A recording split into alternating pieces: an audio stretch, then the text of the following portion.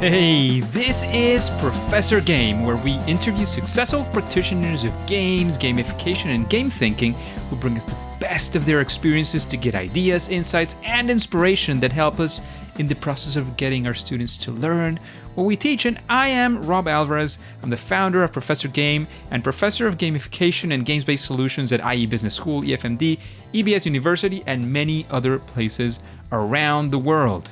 And if this content is for you, then please go ahead and subscribe to our email list for free at professorgame.com/subscribe.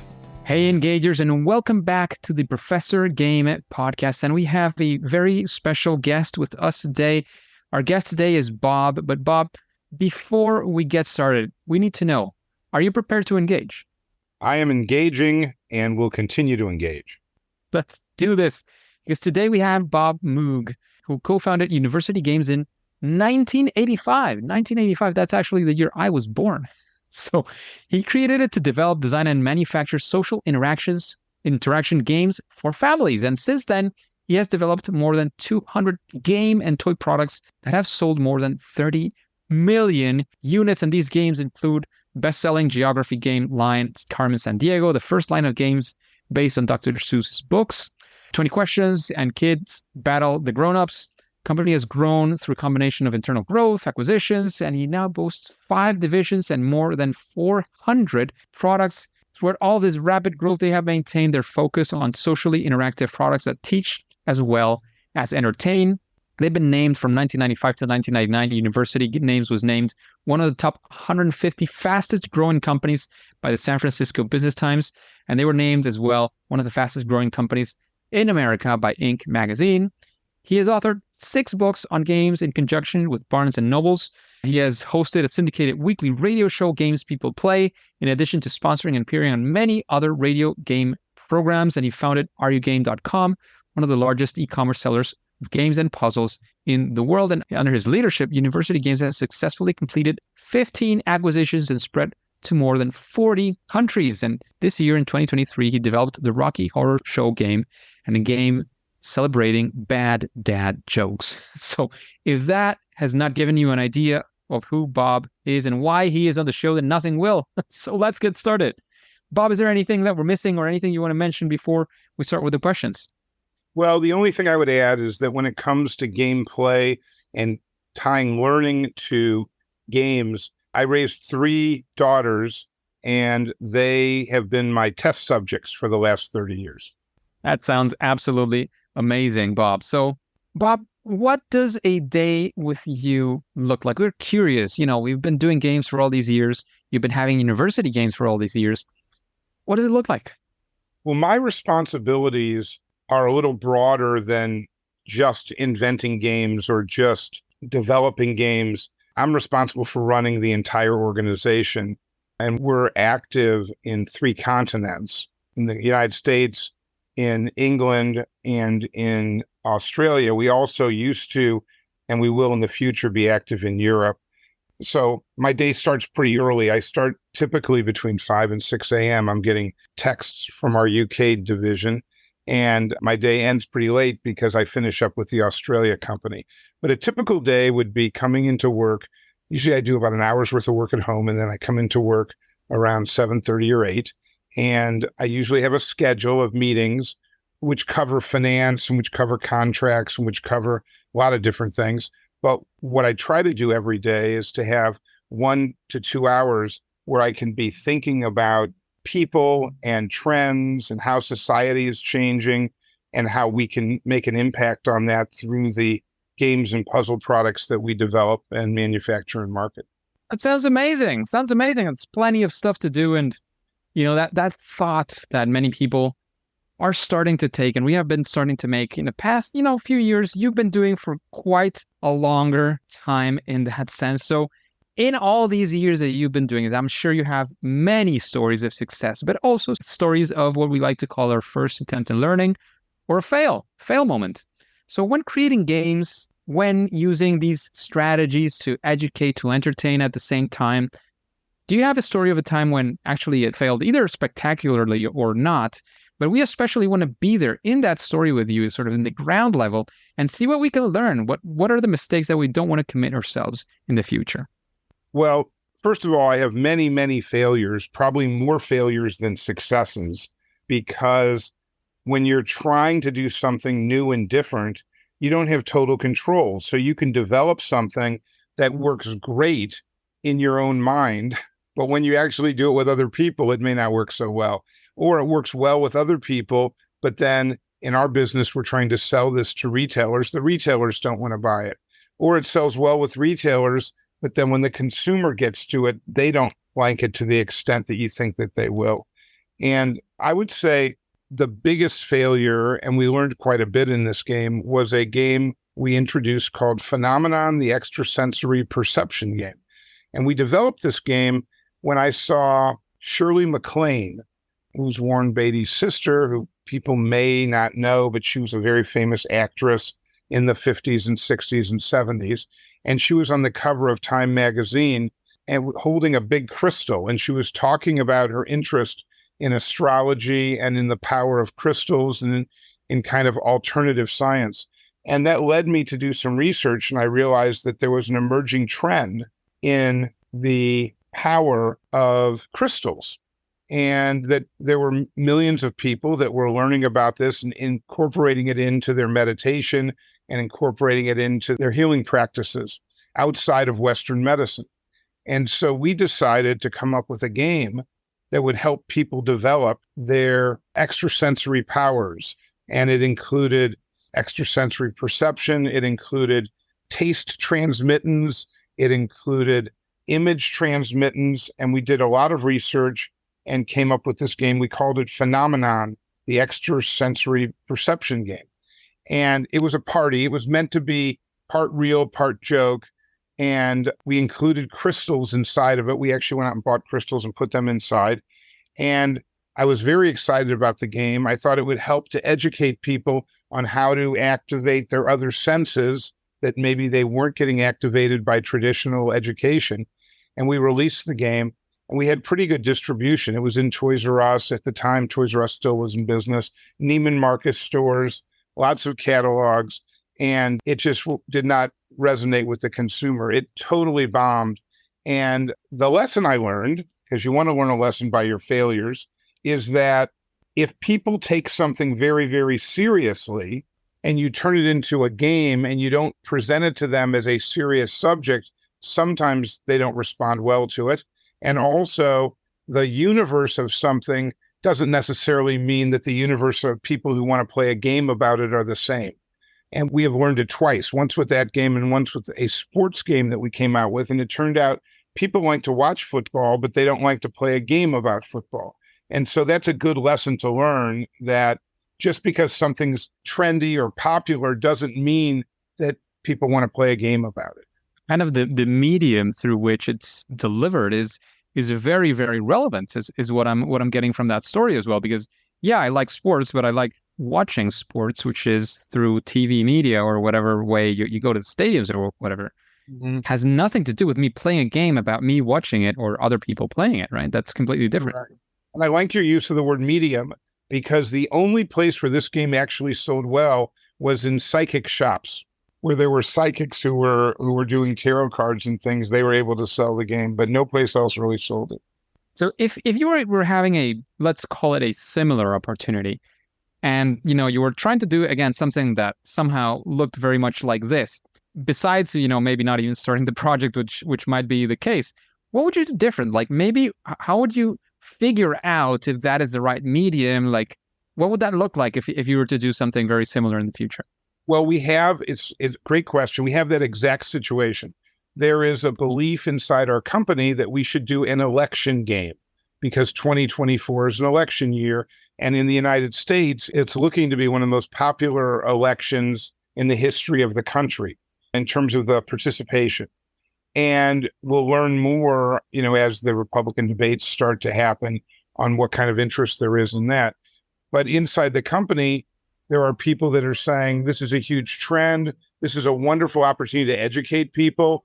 Some people think this topic is an emergency. You may have heard the siren in the background. So they are asking us to develop an election game that will be both fun and have a learning base to it that people can understand how elections work and how the election works. And my position right now is that we have to be very, very careful, because just because someone goes and votes in an election, or they watch Fox News, or they watch CNN, it doesn't mean they want to play a game about it. And it certainly doesn't mean they want to play a game about it in years other than the election year. So I don't know right now what we're going to do, but our process is to do more focus group testing, to do more polling. We do intercept surveys in malls where we get a broad spectrum of people, and we're researching the history of election games over the past 30 years, what's gone out, what's worked, what hasn't worked, so that we can avoid having a new favorite failure. Sounds amazing, and pretty good advice to do more of what we like to call as well player research, and to see what's going on through the heads of our potential players, right? Makes sense. So Bob, we went for a favorite fail, a favorite first attempt in learning. You got your lessons. We got our lessons from your story.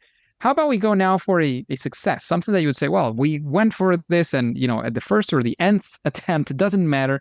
We actually achieved something that we're very proud of and that we want to sort of showcase. If I asked you for a story on that, which story would you pick? I think I'll take a recent story. We've been in business 38 years, so I have lots of examples of successes, but we have something right now that's quite interesting. We started the company in 1985 with a product called Murder Mystery Party. We developed the concept of people having a party in a box, and that party is solving a murder. And we then broadened that into Murder Mystery Party puzzles.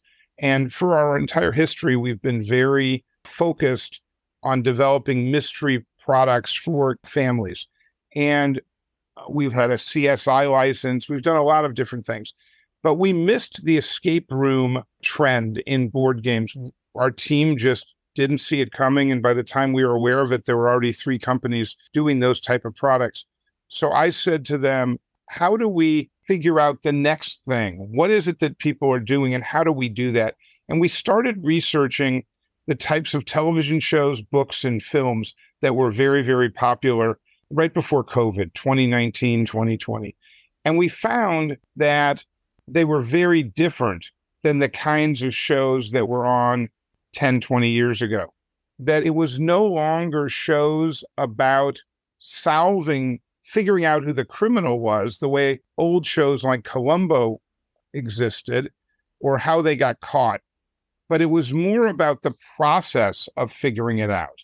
And so these procedural mysteries like CSI and like Forensic Files, both real ones and fictionalized ones, had become very, very popular. And we said, what if we created a game that was a procedural mystery? Instead of focused on suspects, it was focused on evidence. And we developed the Murder Mystery Party case files. And the Murder Mystery Party case files require, instead of intuition and instead of understanding characters and being perceptive about people, it required one to understand critical path thinking and understand how to take evidence and put it in order to come to a deductive conclusion. And we launched our first one in 2021. And now here we are 2 years later. And the Murder Mystery Party case files is now an entire category. We have 3 or 4 other competitors since we launched. And right now, I think we're doing our 10th, called the Night Hunter, which we've just released this year. Yeah. So we took something that we did right, then we took something we totally missed, then we looked at what was happening culturally, and then we said, how do we apply that to a game so that it's topical and relevant?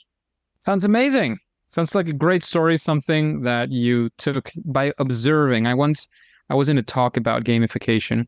As many of us have heard before, gamification is observing games and seeing, what do games do and how do they do it great, and bringing it to some whatever other area, take education, marketing, whatever that looks like, right? And this researcher was saying, yeah, that sounds great, but what do game designers do? So I started studying game designers. What do? They look at real life and try to bring it into a game. So we're sort of recycling thing of bringing it then back to real life. So I really love that story because I think it sort of completes that cycle of, looking at what's going on out in the world and trying to bring it to a game that's, entertaining, but also definitely helping people understand other new things. And with all this experience, Bob, I'm sure you have many, many things that you could tell us. But of course, in a summary, what would you say is the process you use when you're creating one of your games that is thinking of, again, as you usually do, of not only entertaining, but also being educational or helping people understand this or that topic? Yeah, we look at the process of creating a game through two different lenses. The first lens is, where is there a void in the market? So what is it that is missing? And you could do this in a classroom too. You could say, what is the concept, or what is the thing that I'm learning is the hardest for me to get my students to absorb? And we do the same thing. We say, what is missing? And I'll give you an example. Well, that's one lens. What is missing? The second lens is, what are we teaching? We really, unlike many of our competitors, every single product we have, we're trying to teach something. Sometimes in trivia games and things like that, it might be specific knowledge about a specific topic, but often it's developmental. Often it's improving hand-eye coordination. It's learning critical thinking. For preschool kids, it's learning the alphabet. It might be learning how to use your imagination or encouraging people to use their imagination. So we have a grid of developmental learning and then what would be more curricular learning. And we make sure that we're integrating that into every single product we have. As far as the first lens goes, we talk a lot about what's the void in the market. What's the problem that we're solving? It's not just about, let's do a fun game. It's about identifying something that's missing and how do we help fill it? And so that's really where we start. And then from there, we look at different game mechanics and different game components. And for different ages, there's different things that are appropriate. A good example is for kids under the age of 5, you want to have a spinner, not a die, because it's easier for them to spin a spinner with a finger than it is to roll a die. And if you've ever played with kids, you'll know that half the time they roll the die right off the table because they just don't have the small motor skills to handle it. So we're thinking about ergonomics as well as all the rest of the things one thinks about when they're creating a game. Well, that sounds pretty good and very good advice as well. When you're thinking about creating a game, it's not just about the game and the mechanics, but who are you doing it with and what are their, sort of motor abilities that are also in play. And Bob, again, from the experience that you've had, is there something that you would say is a sort of a best practice, something that you say, well, when you're creating a game and you want to make sure it educates, it helps people understand something, do this thing, and I'm not going to say it's a silver bullet, but it's actually at least going to help you build a better product, a better game, or a better system that you're creating in that sense? Yeah, this is more of a general comment than a specific thing, but in game development, and this is true in a classroom or just if you're doing something commercially, it's really important to remember that some people are primarily auditory learners, some are more visual learners, and some are more kinesthetic learners. And what a board game can do or a game experience can do is it can help those people in the classroom who are not auditory succeed and be successful. So we always take into account, how is a person who's primarily a kinesthetic learner going to be able to win this game? How is it going to be for a visual learner? How is it going to be for an auditory learner?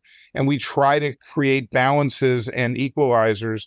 And our philosophy is to lean things towards the visual and kinesthetic learner, have the things they can touch and they can see versus the auditory learner, because we feel like most education, at least in the Western world, is geared towards auditory learners. And so we want the game experience to be more fun for those people that are having more difficulty with the learning. Sounds amazing. And makes a lot of sense. In general, if you think about educational experiences engagers, I'm sure that the first thing that you think of is listening to this person say this or that. So it is actually trying to cater for the people that are not being catered to. And that has to do probably with what you were mentioning before, right? Of, doing what other people are not doing in the market. That makes a lot of sense. Well, we're thinking about it differently. And I believe that if you're just thinking about it as a business and how do we come up with copycat stuff, you're not going to come up with the best solution.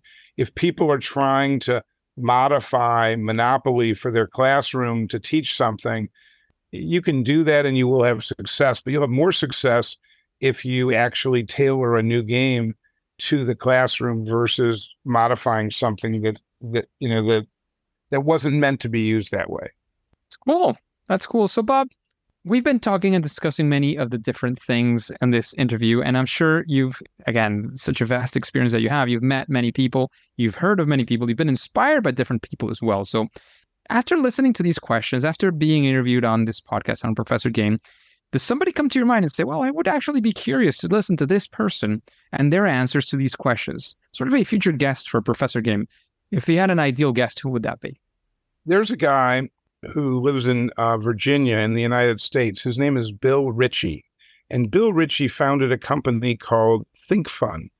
It's now owned by the German game company Ravensburger.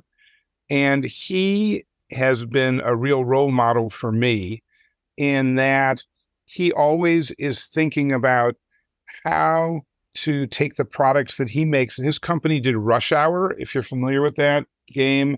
It's a one-person brain teaser game, but they did a lot of really cool games.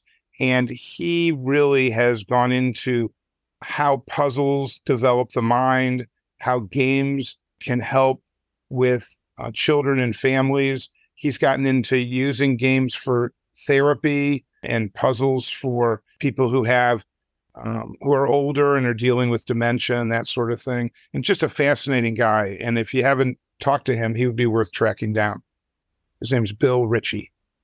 Bill Ritchie, I don't recall having met him before, much less having interviewed him, but it sounds like a very sound recommendation for sure. So we'll take that into account for future episodes. And Bob, keeping up with the recommendations, is there a book that you would recommend our audience, the engagers, people who are looking into using games for different things? Again, direct inspiration, sideline inspiration, one of your, of course, I think it's 6 books that you've written already, sitting right next to your books. What book or books would you recommend? Well, there are several books that are out that talk about how to design games and ways to design games.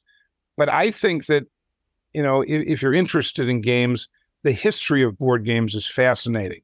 While this isn't a how-to for taking a game and putting it in the classroom, it's a wonderful way to understand the breadth of games and the role they've played in society and how they reflect popular culture.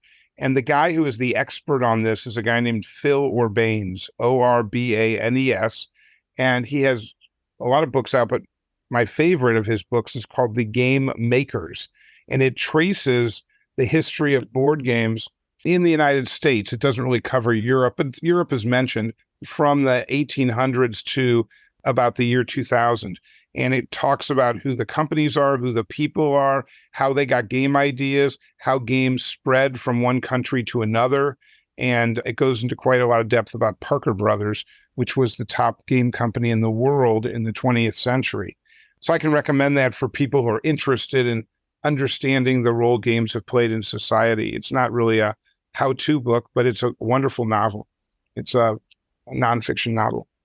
Sounds amazing. Sounds very inspiring as well. And, sometimes when we're kids, sometimes some people, I have to include myself, but I have to say it was not just me. You say, well, what do we study history even for? How is that useful, right? And of course, you get to be an adult, you definitely get to understand. But this would be perhaps a case of where you say, well, what I want to do is some very practical advice. I get that from my students all the time. I need something super practical that I can apply tomorrow. Well, I don't know exactly which are the direct and exact lessons that you could take from this book in particular. But I do know that learning from history and from what people have been doing before our time came is a big source of inspiration. That is actually exactly what we do here. You just don't call it history. We just call it stories and podcasts and so on. So I definitely would encourage you to, if you haven't read a book like this one, I would definitely encourage you to do so. I think many things and a lot of inspiration can definitely come from that. And Bob, changing the subject a bit, we've talked about other people's books, other people's successes as well at this point. I would like to know what you consider is your superpower, that thing that you do at least better than most other people in the world.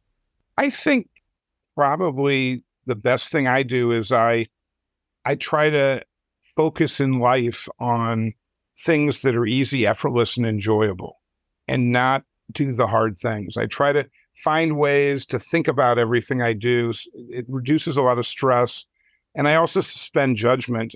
In a creative world like game development, it's so easy to sort of close down on ideas. And I try to suspend judgment and keep my mind open because I believe that there's lots of different possible answers to any problem, and not to just jump to the first thing that people come up with. So I think that gives me a huge advantage over most people who are very judgy and who tie their self-esteem into being right all the time. So I try to suspend judgment, and I try to focus on living my life, doing what's easy, effortless, and enjoyable.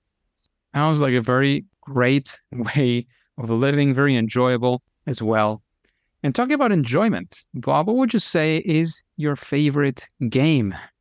Well, I'm going to have to give you two games. One is a game that we acquired that I just played for the first time last year called Raccoon Tycoon. And Raccoon Tycoon is a strategy game that takes about an hour and a half. And it is a really fun game where you're trying through auctions and through taking over territories, you are trying to time when to buy and sell various goods and commodities so that you can collect the most money and use that money to win auctions. And through the auctions, you're able to get more points, and through the points, you win the game. So that's a game that I really enjoy playing, and that would be my favorite right now. It's not actually a board game, but we did a board game version of it, but the game 20 Questions, where you think of an animal, vegetable, or mineral, and people try to guess what you're thinking of.